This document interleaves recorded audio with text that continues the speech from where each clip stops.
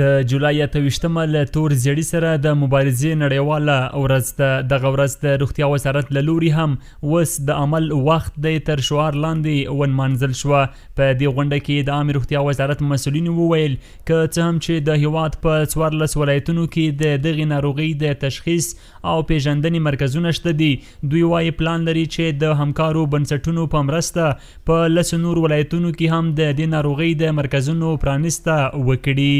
د افغانستان اسلامي امارت عامې روغتیا وزارت د ناروغۍ د مخنیوي درملنه او کنټرول په برخه کې په ډیرو کمو امکاناتو خپل ولس ته خدمت کوي چې اوس مهال د هیواد په 14 ولایتونو کې د دې ناروغۍ د تشخیص او پیژندنې مراکز موجود دي او په 8 ولایتونو کې د درملنې خدمات ترسره کیږي.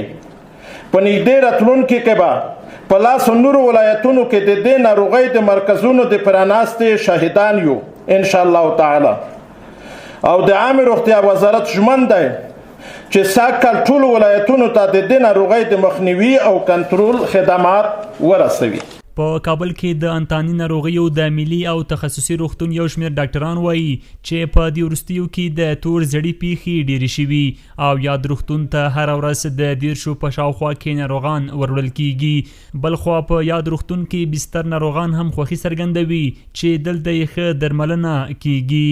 په اوسط ډول د 10 تر 40 ناروغان دا روزانه موږ ته مراجعه کوي چې له دې جملې څخه بعض ناروغان بیا موږ بستر کوو او بعض ناروغانو ته بیا چې هغه معاینات تکمیل شوي وي او هغه بستر د ضرورت نه لري هغې ته ما سراپا تداوي یا د OPD تداوي ورته ورکوو او دا دې ته څنګه ورته وایي چې تاسو بیرته د همدې روغتون سره همدې ډاکټرانو سره په تماس کې اوسئ. دا یو نیم کال ځان پوسه وایم چې مې دغه ساسر بستر کې دوا وکړې هلته په غزني کې هم کړې دي 6 میاشتې مې دوا خوړلې دي او کومه فایده مې نه ده ورسره کړې.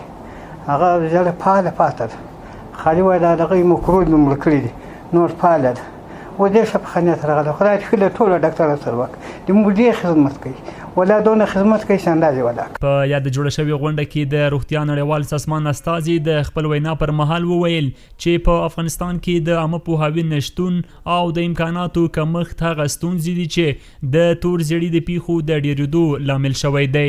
ډاکټر نعیم الله صافی وایي چې دوی پخوا هم له عامې روغتیا وزارت سره په بېلابېلو برخو کې همکاري کړې او لا به هم دوام ورکړي. اول دا چې په خلکو کې عامه پوهاوی ډیر ټیټ دی، دوی کلینیکونو ته غاړوندو صحي روغتیايي مراکزو ته مراجعه نه کوي تر څو صحیح تشخیص شي او تداوي واخلي.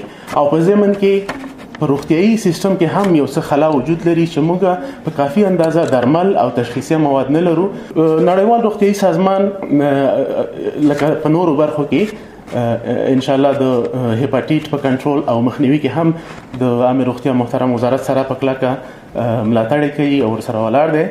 په افغانستان کې د تور زیړي نړیواله ورځ په داسې حال کې نمانځل کیږي چې تیر کال په ټول هیواد کې په دې ناروغۍ د اخته کسانو شمیر 15,000 تنه ښودل شوی و. دغه راز د روغتیا نړیوال سازمان د تازه شمیرو له مخې په نړۍ کې 300 میلیونه کسان د وایروسي هیپاټایټس سره ژوند کوي او هر کال په دې ناروغۍ تر 2 میلیونو زیات کسان اخته کیږي. عبدالله حیدرزی CGTN پښتو کابل.